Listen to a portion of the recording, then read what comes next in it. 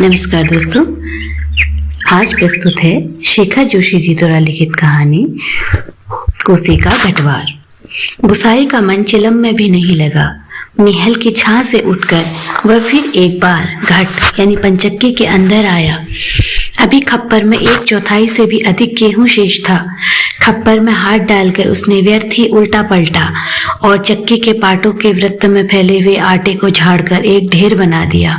बाहर आते आते उसने फिर एक बार और खप्पर में झांक कर देखा, जैसे यह जानने के लिए कि इतनी देर में कितनी पिसाई हो चुकी है, परंतु अंदर की मिकदार में कोई विशेष अंतर नहीं आया था। खस्त खस्त की ध्वनि के साथ अत्यंत धीमी गति से ऊपर का पाट चल रहा था। घट का प्रवेश द्वार बहुत कम ऊंचा था। खूब नीचे तक झुककर वह बाहर निकला। सिर के बालों और बाहों पर आटे की एक हल्की सफेद परत बैठ गई थी। खंबे का सहारा लेकर वह बुदबुदाया, जा साला, सुबह से अब तक 10 पंसेरी भी नहीं हुआ। सूरज कहाँ का कहाँ चला गया है। कैसी अनहोनी बात अनहोनी तो है ही, चेत बीत रहा है। आकाश में कहीं बादलों का नामो निशान भी नहीं। अन्य वर्षों में अब तक लोगों की धान रोपाई पूरी हो जाती थी, पर इस साल नदी नाले सब सूखे पड़े हैं। खेतों की सिंचाई तो दरकिनार, बीच की क्यारियां सूखी जा रही हैं।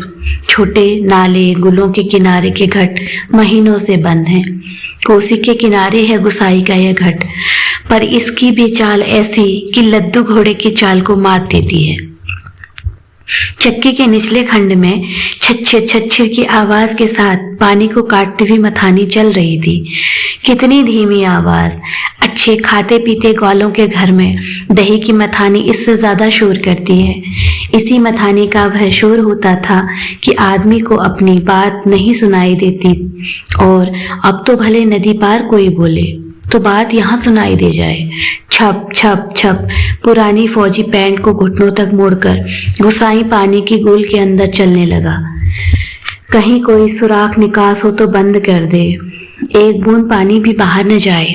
बूंद बूंद की कीमत है इन दिनों। प्रायः आधा फरलांग चलकर वह बांध पर पहुंचा। नदी की पूरी चौड़ाई को घेरकर पानी का बहाव घट की गोल की ओर मोड़ दिया गया था। किनारे की मिट्टी घास लेकर उसने बांध में एक दो स्थान पर निकास बंद किया और फिर गोल के किनारे किनारे चलकर घट के पास आ गया। अंदर जाकर उसने फिर पाटों के वृत्त में फैले हुए आटों को बुहार कर ढेरी में मिला दिया। खप्पर में अभी थोड़ा बहुत गेहूं शेष था। वह उठकर बाहर आया।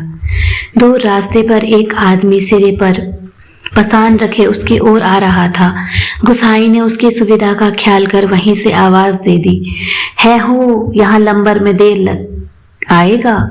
2 दिन का पिसान अभी जमा है, ऊपर उमेद सिंह के घट में देख लो। उस व्यक्ति ने मुड़ने से पहले एक बार और प्रयत्न किया। ऊंचे स्वर में पुकार कर बोला, जरूरी है जी, पहले हमारा लंबर नहीं लगा दोगे?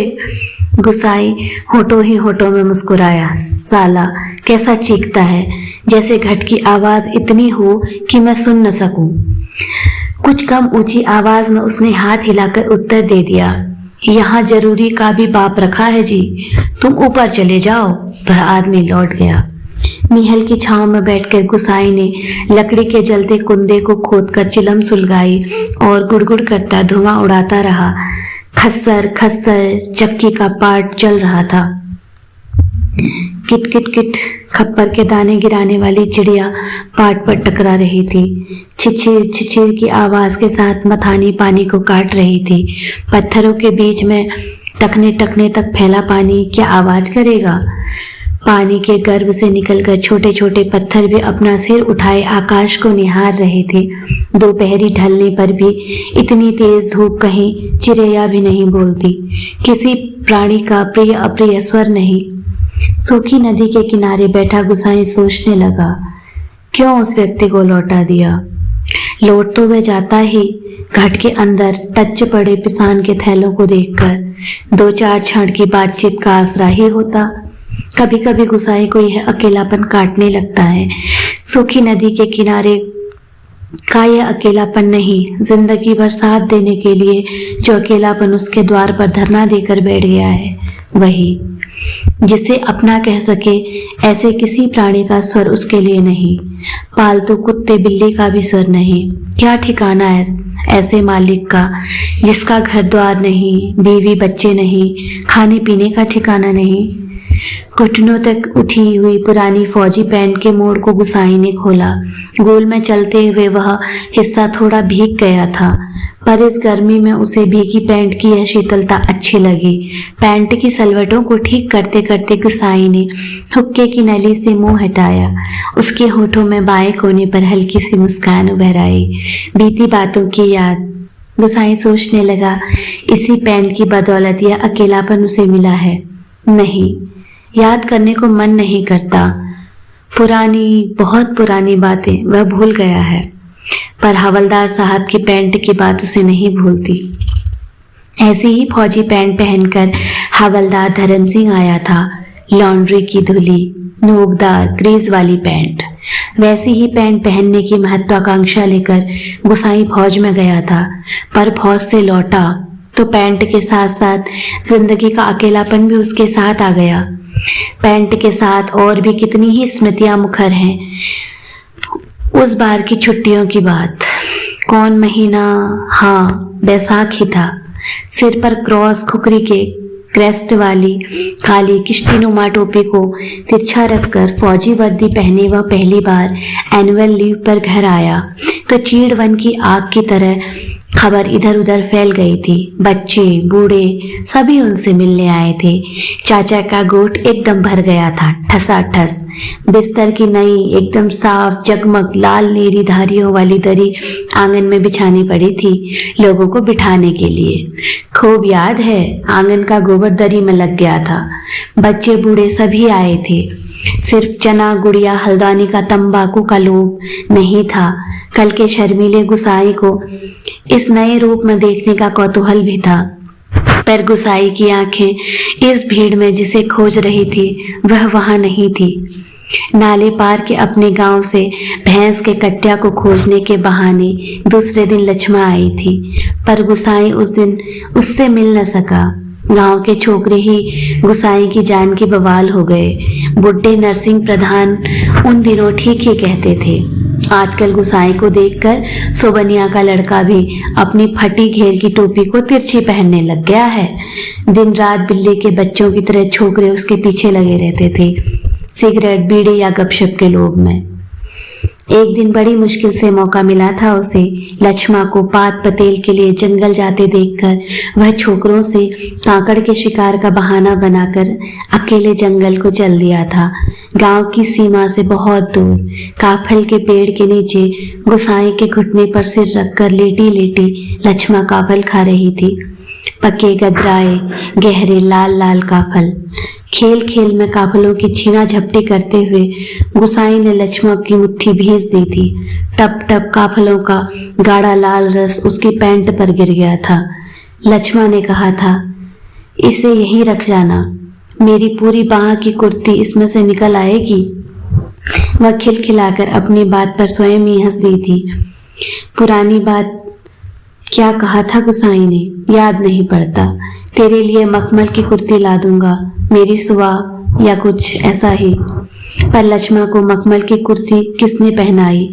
पहाड़ी पार के रमुआ ने, जो तुरी निशान लेकर उसे ब्याहने आया था, जिसके आगे पीछे भाई बहन नहीं, माई बाप नहीं।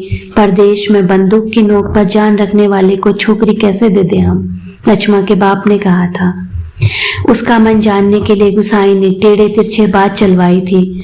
उसी साल मंगसिर को एक ठंडी उदास शाम को गुसाई की यूनिट के सिपाही किशन सिंह ने क्वार्टर मास्टर स्टोर के सामने खड़े खड़े उससे कहा था, हमारे गांव के राम सिंह ने जिद की तभी छुट्टियां बढ़ानी पड़ी। इस साल उसकी शादी थी। खूब अच्छी औरत मिली है यार, शक्ल सूरत भी खूब है, एकदम पटाखा, बड़ी हंसमुख है। तुमने तो देखा ही होगा, तुम्हारे गांव के नजदीक की है। लक्ष्मा कुछ ऐसा ही नाम है। गुसाई को याद नहीं पड़ता कौन सा बहाना बनाकर वह किशन सिंह के पास से चला आया था। रम डे था उस दिन। हमेशा आधा पैग लेने वाला गुसाई उस दिन 2 पैग रम लेकर अपनी चारपाई पर पड़ गया था। हवलदार मेजर ने दूसरे दिन पेशी करवाई थी, मलेरिया प्रिकॉशन न लेने के अपराध में। सोचते सोचते गुसाई बुदबुदाया, साला एडजुएंट। गुसाई सोचने लगा, उस साल छुट्टियों में घर से विदा होने से एक दिन पहले वह मौका निकाल कर लक्ष्मा से मिला था। गंगानाथजू की कसम, जैसा तुम कहोगे मैं वैसा ही करूंगी, आंखों में आंसू भर के लक्ष्मा ने कहा था। वर्षों से वह सोचता है कभी लक्ष्मा से भेंट होगी तो अवश्य कहेगा कि वह गंगनाथ का जागर लगाकर प्रायश्चित जरूर कर ले। देवी देवताओं की झूठी कस्में खाकर उन्हें नाराज करने से क्या लाभ। जिस पर भी गंगनाथ का कोप हुआ वह कभी फल फूल नहीं पाया, पर लक्ष्मा से कब भेंट होगी ये वह नहीं जानता। लड़कपन के संगी साथी नौकरी चाकरी के लिए मैदानों में चले गए हैं। गांव की ओर जाने का उसका मन नहीं होता। लक्ष्मा के बारे में किसी से पूछना उसे अच्छा नहीं लगता। जितने दिन नौकरी रही वह पलटकर अपने गांव नहीं आया। एक स्टेशन से दूसरे स्टेशन का वॉलंटरी ट्रांसफर लेने वालों की लिस्ट में नायक गुसाई का नाम ऊपर आता रहा, लगातार 15 साल तक। पिछले बैसाख में ही वह गांव लौटा। 15 साल बाद रिजर्व में आने पर काले बालों को लेकर गया था, खिचड़ी बाल लेकर लौटा। लक्ष्मा का हठ उसे अकेला बना गया। आज इस अकेलेपन में कोई होता जिसे गुसाई अपनी जिंदगी की किताब पढ़कर सुनाता। शब्द अक्षर कितना देखा, कितना सुना और कितना अनुभव किया उसने। पर नदी के किनारे की यह तपती रेत, पंचक्की की खटर खेटर और महल की छाया में ठंडी चिलम को निष्प्रयोजन गुड़गुड़ाता गुसाई, और चारों ओर अन्य कोई नहीं, एकदम निर्जन, निस्तब्ध, सुनसान। एकाएक गुसाई का ध्यान टूटा। सामने पहाड़ी के बीच की पगडंडी के सिर पर बोझ लिए एक नार आकृति उसी ओर चली आ रही थी। गुसाई ने सोचा यहीं से आवाज देकर उसे लौटा दे। कोसी के चिकने काई लगे पत्थरों पर कठिनाई से चलकर उसे वहां तक आकर केवल निराश लौट जाने को क्यों वह बाध्य करे। दूर से चिल्ला चिल्ला कर पिसान स्वीकार करवाने की लोगों की आदत के कारण वह तंग हो चुका था। इस कारण आवाज देने को उसका मन ही नहीं हुआ। वह आकृति अब तक पगडंडी छोड़कर नदी के मार्ग में आ पहुंची थी। चक्की की बदलती आवाज को पहचान कर गुसाई घट के अंदर चला गया। खप्पर का अनाज समाप्त हो चुका था।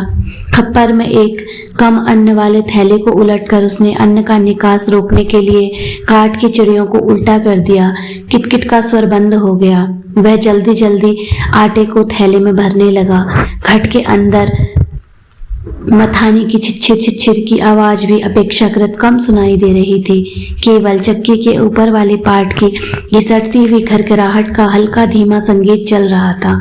तभी गुसाई ने सुना अपनी पीठ के पीछे घट के द्वार पर इस संगीत से भी मधुर एक नारी का कंठस्वर, कब बारी आएगी? रात की रोटी के लिए भी घर में आटा नहीं है? सिर पर पिसान रखे एक स्त्री उससे यह पूछ रही थी। गुसाई को उसका स्वर परिचित सा लगा। चौंक कर उसने पीछे मुड़कर देखा। कपड़े में पिसान ढीला बंधा होने के कारण बोझ का एक सिरा उसके मुंह के आगे आ गया। गुसाई उसे ठीक से देख नहीं पाया, लेकिन तब भी उसका मन जैसे आशंकित हो उठा। अपनी शंका का समाधान करने के लिए वह बाहर आने को मुड़ा, लेकिन तभी फिर अंदर जाकर पिसान के थैलों को इधर उधर रखने लगा। काठ की चिड़िया किटकिट बोल रही थी और उसी गति के साथ गुसाई को अपने हृदय की धड़कन का आभास हो रहा था।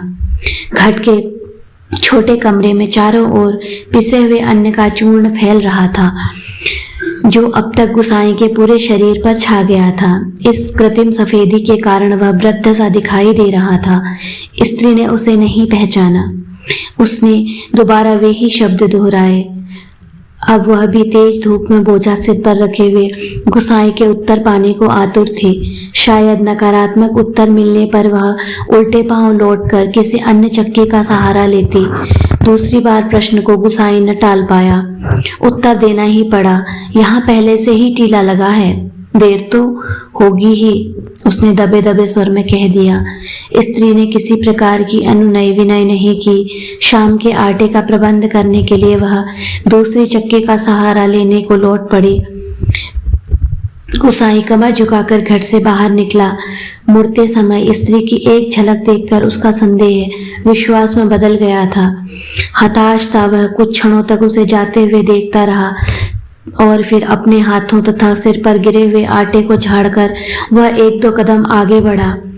उसके अंदर की किसी अज्ञात शक्ति ने जैसे उसे वापस जाती हुई उस स्त्री को बुलाने के लिए बाध्य कर दिया। आवाज देकर उसे बुला लेने को उसने मुंह खोला, परंतु आवाज न दे सका। एक झिझक, एक असमर्थता थी जो उसका मुंह बंद कर रही थी। वह स्त्री नदी तक पहुंच चुकी थी। गुसाई के अंतर में तीव्र उथल पुथल मच गई। इस बार आवेग इतना तीव्र था कि वह स्वयं को रोक नहीं पाया। लड़खड़ाती आवाज में उसने पुकारा, लक्ष्मा। घबराहट के कारण वह पूरे जोर की आवाज नहीं दे पाया। स्त्री ने यह आवाज नहीं सुनी। इस बार गुसाई ने स्वस्थ होकर पुनः पुकारा, लक्ष्मा। लक्ष्मा ने पीछे मुड़कर देखा। मायके में उसे सभी इसी नाम से पुकारते थे। यह संबोधन उसके लिए स्वाभाविक था, परंतु उसे शंका शायद यह थी कि चक्की वाला एक बार पिसान स्वीकार न करने पर भी उसे बुला रहा है या उसे केवल भ्रम हुआ है। उसने वहीं से पूछा, मुझे पुकार रहे हैं जी? गोसाई ने संयत स्वर में कहा, हाँ ले आओ, हो जाएगा। लक्ष्मा क्षण भर रुकी और फिर घट की ओर लौट आई। अचानक साक्षात्कार होने का मौका न देने की इच्छा से गुसाई व्यस्तता का प्रदर्शन करता हुआ महल की छांव में चला गया। लक्ष्मा पिसान का थैला घट के अंदर रखाई। बाहर निकलकर उसने आंचल के कोर से मुंह पहुंचा। तेज धूप में चलने के कारण उसका मुंह लाल हो गया था। किसी पेड़ की छाया में विश्राम करने की इच्छा से इधर उधर देखा। महल के पेड़ की छाया को छोड़कर अन्य कोई बैठने लायक स्थान नहीं था। वह उसी ओर चलने लगी। गुसाई की उदारता के कारण ऋणी सी होकर ही जैसे उसने निकट आते आते कहा, तुम्हारे बाल बच्चे जीते रहें घटवार जी, बड़ा उपकार का काम कर दिया तुमने। ऊपर के घट में भी न जाने कितनी देर में नंबर मिलता। अजात संतति के प्रति दिए गए आशीर्वचनों को गुसाई ने मन ही मन विनोद के रूप में ग्रहण किया। इस कारण उसकी मानसिक उथल पुथल कुछ कम हो गई। लक्ष्मा उसकी ओर देखे इससे पूर्व ही उसने कहा, जीते रहे तेरे बाल बच्चे लक्ष्मा, मायके कब आई?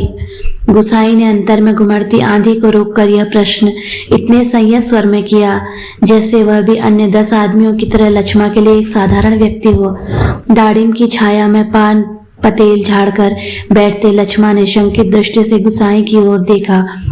कोसी की सूखी धार अचानक जल प्लावित होकर बहने लगी, तो भी लक्ष्मा को इतना आश्चर्य न होता जितना अपने स्थान से केवल 4 कदम की दूरी पर गुसाई को इस रूप में देखने पर हुआ। विस्मय से आंखें फाड़कर वह उसे देखे जा रही थी, जैसे अब भी उसे विश्वास न हो रहा हो कि जो व्यक्ति उसके सम्मुख बैठा है वह उसका पूर्व परिचित गुसाई ही है। तुम? लक्ष्मा जाने क्या कहना चाहती थी। शेष शब्द उसके कंठ में ही रह गए। हाँ, पिछले साल पलटन में लौट आया था। वक्त काटने के लिए यह घट लगवा लिया। गुसाई ने उसकी जिज्ञासा शांत करने के लिए कहा। होठों पर मुस्कान लाने की उसने असफल कोशिश की। कुछ क्षणों तक दोनों कुछ नहीं बोले। फिर गुसाई ने पूछा, बाल बच्चे ठीक हैं? आंखें जमीन पर टिकाए गर्दन हिलाकर संकेत से ही उसने बच्चों की कुशलता की सूचना दे दी। जमीन पर गिरे एक दाड़िम के फूल को हाथों में लेकर लक्ष्मा उसकी पंखुड़ियों को एक एक कर निरुद्देश्य तोड़ने लगी और गुसाई पतली सीख लेकर आग को कुरेदता रहा। बातों का क्रम बनाए रखने के लिए गुसाई ने पूछा, तू अभी और कितने दिन मायके ठहरने वाली है? अब लक्ष्मा के लिए अपने को रोकना असंभव हो गया। टप टप टप वह से नीचा के आंसू गिराने लगी। सिसकियों के साथ साथ उसके उठते गिरते कंधों को गुसाई देखता रहा।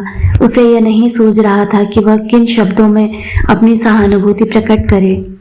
इतनी देर बाद सहसा गुसाई का ध्यान लक्ष्मा के शरीर की ओर गया। उसके गले में काला चरेऊ यानी जो सुहाग चिन्ह है वह नहीं था। हतप्रभ था सा गुसाई उसे देखता रहा। अपनी व्यवहारिक अज्ञानता पर उसे बेहद झुंझलाहट हो रही थी। आज अचानक लक्ष्मा से भेंट हो जाने पर वह उन सब बातों को भूल गया जिन्हें वह कहना चाहता था। इन क्षणों में वह केवल मात्र श्रोता बनकर रह जाना चाहता था। गुसाई की सहानुभूतिपूर्ण दृष्टि पाकर लक्ष्मा आंसू पोंछते हुए अपना दुखड़ा रोने लगी। जिसका भगवान नहीं होता उसका कोई नहीं होता। जेठ जिठानी ने किसी तरह पिंड छुड़ाकर यहाँ माँ की बीमारी मैं आई थी, वह भी मुझे अकेला छोड़कर चली गई। एक अभागा मुझे रोने को रह गया है, उसी के लिए जीना पड़ रहा है, नहीं तो पेट पर पत्थर बांधकर कहीं डूब मरती, जंजाल करता। यहाँ काका काकी के साथ रह रही हो? गुसाई ने पूछा। मुश्किल पड़ने पर कोई किसी को नहीं होता जी।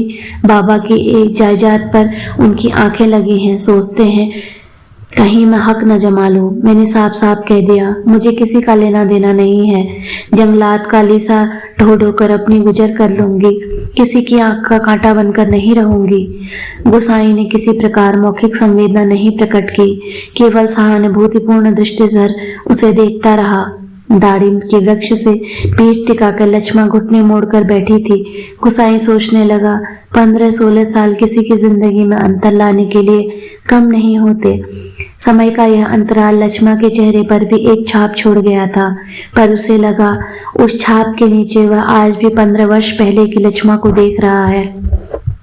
कितनी तेज धूप है इस साल, लक्ष्मा का स्वर उसके कानों में पड़ा। प्रसंग बदलने के लिए ही जैसे लक्ष्मा ने यह बात जानबूझकर कही हो, और अचानक उसका ध्यान उस ओर चला गया जहाँ लक्ष्मा बैठी थी। दाड़िम की फैली फैली अधढकी डालों से छनकर धूप उसके शरीर पर पड़ रही थी। सूरज की एक पतली किरण न जाने कब से लक्ष्मा के माथे पर गिरी हुई एक लट को सुनहरी रंगीनी में डुबा रही थी। गुसाई एकटक उसे देखता रहा। दोपहर तो बीत चुकी होगी, लक्ष्मा ने प्रश्न किया तो गुसाई का ध्यान टूटा। हाँ, अब तो 2 बजने वाले होंगे, उसने कहा। उधर धूप लग रही हो तो इधर आ जाओ छांव में, कहता हुआ गुसाई एक जमाई लेकर अपने स्थान से उठ गया। नहीं, यहाँ ठीक है, यह कहकर लक्ष्मा ने गुसाई की ओर देखा, लेकिन वह अपनी बात कहने के साथ ही दूसरी ओर देखने लगा। घट में कुछ देर पहले डाला हुआ पिसान समाप्ति पर था। नंबर पर रखे हुए पिसान की जगह उसने जाकर जल्दी जल्दी लक्ष्मा का अनाज खप्पर में खाली कर दिया। धीरे धीरे चलकर गुसाई गोल के किनारे तक गया। अपनी अंजुली से भरकर उसने पानी पिया और फिर पास ही एक बंजर घट के अंदर जाकर पीतल और एल्युमिनियम के कुछ बर्तन लेकर आग के निकट लौट आया। आसपास पड़ी हुई सूखी लकड़ियों को बटोरकर उसने आग सुलगाई और एक कालिक पुती हुई बटलोई में पानी रखकर जाते जाते लक्ष्मा की ओर मुंह कर कह गया, चाय का टाइम भी हो रहा है, पानी उबल जाए तो पत्ती डाल देना, पुड़िया में पड़ी है। लक्ष्मा ने कोई उत्तर नहीं दिया। वह उसे नदी की ओर जाने वाली पगडंडी पर जाता हुआ देखती रही। सड़क किनारे की दुकान से दूध लेकर लौटते लौटते गुसाई को काफी समय लग गया। वापस आने पर उसने देखा एक 6-7 वर्ष का बच्चा लक्ष्मा की देह से सटकर बैठा हुआ है। बच्चे का परिचय देने की इच्छा से जैसे लक्ष्मा ने कहा, इस छोकरे को घड़ी भर के लिए भी चैन नहीं मिलता, जाने कैसे पूछता खोजता मेरी जान खाने को यहाँ पहुंच गया है। गुसाई ने लक्ष्य किया कि बच्चा बार बार उसकी दृष्टि बचाकर माँ से किसी चीज के लिए जिद कर रहा है। एक बार झुंझलाकर लक्ष्मा ने उसे झिड़क दिया, चुप रह, अभी लौट कर घर जाएंगे, इतनी सी देर में क्यों मरा जा रहा है। चाय के पानी में दूध डालकर गुसाई फिर उसी बंजर घट में गया। एक थाली में आटा लेकर वह गोल के किनारे बैठा बैठा उसे गूंथने लगा। निहल के पेड़ की ओर आते समय उसने साथ में 2-1 बर्तन और ले लिए। लक्ष्मा ने बटलोई में दूध चीनी डालकर चाय तैयार कर दी थी। एक गिलास, एक एल्युमिनियम का मग और एक एल्युमिनियम के मैस्टिन में गुसाई ने चाय डालकर आपस में बांट ली और पत्थरों से बने बेढंगे चूल्हे के पास बैठकर रोटियां बनाने का उपक्रम करने लगा। हाथ का चाय का गिलास जमीन पर टिकाकर लक्ष्मा उठी। आटे की थाली अपनी ओर खिसकाकर उसने स्वयं ही रोटी पका देने की इच्छा ऐसे स्वर में प्रकट की कि गुसाई ना न कह सका। वह खड़ा खड़ा उसे रोटी पकाते हुए देखता रहा। गोल गोल डिबिया सरी की रोटियां चूल्हे में सिकने लगी। वर्षों बाद गुसाई ने ऐसी रोटियां देखी थी जो अनिश्चित आकार की फौजी लंगर की चपातियों या स्वयं उसके हाथ से बनी बेडौल रोटियों से एकदम भिन्न थी। आटे की लोई बनाते समय लक्ष्मा के छोटे छोटे हाथ बड़ी तेजी से घूम रहे थे। कलाई में पहने हुए चांदी के कड़े जब भी आपस में टकरा जाते तो खन खन का एक अत्यंत मधुर स्वर निकलता। चक्की के पाट पर टकराने वाली काठ की चिड़िया का स्वर कितना नीरस हो सकता है। यह गुसाई ने आज पहली बार अनुभव किया। किसी काम से वह बंजर घाट की ओर गया और बड़ी देर तक खाली बर्तन डिब्बों को उठाता रखता रहा। वह लौट कर आया तो लक्ष्मा रोटी बनाकर बर्तनों को समेट चुकी थी और अब आटे में सने हाथों को धो रही थी। गुसाई ने बच्चे की ओर देखा। वह दोनों हाथों में चाय का मग थामे टकटकी लगाकर गुसाई को देखे जा रहा था। लक्ष्मा ने आग्रह के स्वर में कहा, चाय के साथ खानी हो तो खा लो, फिर ठंडी हो जाएंगी। मैं तो अपने टाइम से ही खाऊंगा। यह तो बच्चे के लिए स्पष्ट कहने में उसे झिझक महसूस हो रही थी, जैसे बच्चे के संबंध में चिंतित होने की उसकी चेष्टा अनधिकार हो। नाना जी, वह तो अभी घर से खाकर ही आया है। मैं रोटियां बनाकर रख आई थी। अत्यंत संकोच के साथ लक्ष्मा ने आपत्ति प्रकट कर दी। हाँ, यूं ही कहती है। कहाँ रखी थी रोटियां? घर में, बच्चे ने रुआसी आवाज में वास्तविक स्थिति स्पष्ट कर दी। वह ध्यानपूर्वक अपनी माँ और इस अपरिचित व्यक्ति की बातें सुन रहा था और रोटियों को देखकर उसका संयम ढीला पड़ गया था। चुप! आंखें तरेर कर लक्ष्मा ने उसे डांट दिया। बच्चे के इस कथन से उसकी स्थिति हास्यास्पद हो गई थी। लज्जा से उसका मुख आरक्त हो उठा। बच्चा है, भूख लगाई होगी, डांटने से क्या फायदा? गुसाई ने बच्चे का पक्ष लेकर 2 रोटियां उसकी ओर बढ़ा दी, परंतु माँ की अनुमति के बिना उन्हें स्वीकारने का साहस बच्चे को नहीं हो रहा था। वह ललचाई दृष्टि से कभी रोटियों की ओर, कभी माँ की ओर देख लेता था। गुसाई के बार बार आग्रह करने पर भी बच्चा रोटियां लेने में संकोच करता रहा, तो लक्ष्मा ने उसे झिड़क दिया। मर, अब क्यों नहीं ले लेता? जहां जाएगा वहीं अपने लक्षण दिखाएगा। इससे पहले कि बच्चा रोना शुरू कर दे, गुसाई ने रोटियों के ऊपर एक टुकड़ा गुड़ का रखकर बच्चे के हाथों में दे दिया। भरी भरी आंखों से इस अनोखे मित्र को देखकर बच्चा चुपचाप रोटी खाने लगा और गुसाई कौतुकपूर्ण दृष्टि से उसके हिलते हुए होठों को देखता रहा। इस छोटे से प्रसंग के कारण वातावरण में एक तनाव सा आ गया था, जिसे गुसाई और लक्ष्मा दोनों ही अनुभव कर रहे थे। वह स्वयं भी एक रोटी को चाय में डुबाकर खाते खाते गुसाई ने जैसे इस तनाव को कम करने की कोशिश में ही मुस्कुराकर कहा, लोग ठीक ही कहते हैं, औरत के हाथ की बनी रोटियों में स्वाद ही दूसरा होता है। लक्ष्मा ने करुण दृष्टि से उसकी ओर देखा। गुसाई हो होकर खोखली हंसी हंस रहा था। कुछ साग सब्जी होती तो बेचारा एक आधी रोटी और खा लेता। गुसाई ने बच्चे की ओर देखकर अपनी विवशता प्रकट की। ऐसे ही खाने पीने वाले की तकदीर लेकर पैदा हुआ होता तो मेरे भाग में क्यों पड़ता? 2 दिन से घर में तेल नमक नहीं है। आज थोड़े पैसे मिले हैं, आज ले जाऊंगी कुछ सौदा। हाथ से अपने जेब टटोलते हुए गुसाई ने संकोचपूर्ण स्वर में कहा, लक्ष्मा। लक्ष्मा ने जिज्ञासा से उसकी ओर देखा। गुसाई ने जेब से एक नोट निकालकर उसकी ओर बढ़ाते हुए कहा, ले, काम चलाने के लिए रख ले, मेरे पास अभी और है। परसों दफ्तर से मनी ऑर्डर आया था। नहीं नहीं जी, काम तो चल ही रहा है, मैं इस समय से थोड़े कह रही हूँ। यह तो बात चली थी तो मैंने कहा, कहकर लक्ष्मा ने सहायता लेने से इनकार कर दिया। गुसाई को लक्ष्मा का यह व्यवहार अच्छा नहीं लगा। रुखी आवाज में बोला, दुख तकलीफ के वक्त ही आदमी के काम नहीं आया तो बेकार है साला। कितना कमाया, कितना फूका हमने इस जिंदगी में, है कोई हिसाब? पर क्या फायदा, किसी के काम नहीं आया। इसमें एहसान की क्या बात? पैसा तो मिट्टी है साला, किसी के काम नहीं आया तो मिट्टी, एकदम मिट्टी। परंतु गुसाई के इस तर्क के बावजूद भी लक्ष्मा अड़ी रही। बच्चे के सिर पर हाथ फेरते हुए उसने दार्शनिक गंभीरता से कहा, कंगना दाहिने रहें तो भले पूरे दिन निभी जाते हैं जी, पेट का क्या है? घट के खप्पर की तरह जितना डालो कम हो जाए। अपने पराए प्रेम से हंस बोल दे, वह बहुत है दिन काटने के लिए। गुसाई ने गौर से लक्ष्मा की मुख की ओर देखा। वर्षों पहले उठे हुए ज्वार और तूफान का वहां कोई चिन्ह शेष नहीं था। अब वह सागर जैसे सीमाओं में बदकर शांत हो चुका था। रुपया लेने के लिए लक्ष्मा से अधिक आग्रह करने का उसका साहस नहीं हुआ, पर गहरे असंतोष के कारण बुझा बुझा सा वह धीमी चाल से चलकर वहां से हट गया। सहसा उसकी चाल तेज हो गई और घट के अंदर जाकर उसने एक बार शंकित दृष्टि से बाहर की ओर देखा। लक्ष्मा उस ओर पीठ किए बैठी थी। उसने जल्दी जल्दी अपने निजी आटे के टीन से 2-2.5 सेर के करीब आटा निकाल कर रचमा के आटे में मिला दिया और संतोष की एक सांस लेकर वह हाथ झाड़ता हुआ बाहर आकर बांध की ओर देखने लगा। ऊपर बांध पर किसी को घुसते हुए देखकर उसने हाँक दी। शायद खेत की सिंचाई के लिए कोई पानी तोड़ना चाहता था। बांध की ओर जाने से पहले वह एक बार लक्ष्मा के निकट गया। पिसान पिस जाने की सूचना उसे देकर वापस लौटते हुए फिर छिटक कर खड़ा हो गया। मन की बात कहने में जैसे उसे झिझक हो रही थी, वह अटक अटक कर बोला, लक्ष्मा। लक्ष्मा ने सिर उठाकर उसकी ओर देखा। गुसाई को चुपचाप अपनी ओर देखते हुए पाकर उसने संकोच होने लगा। वह न जाने क्या कहना चाहता है। इस बात की आशंका से उसका मुंह का रंग अचानक फीका होने लगा। पर गुसाई ने झिझकते हुए केवल इतना ही कहा, कभी 4 पैसे जुड़ जाए तो गंगनाथ का जागर लगाकर भूल चूक के माफी मांग लेना।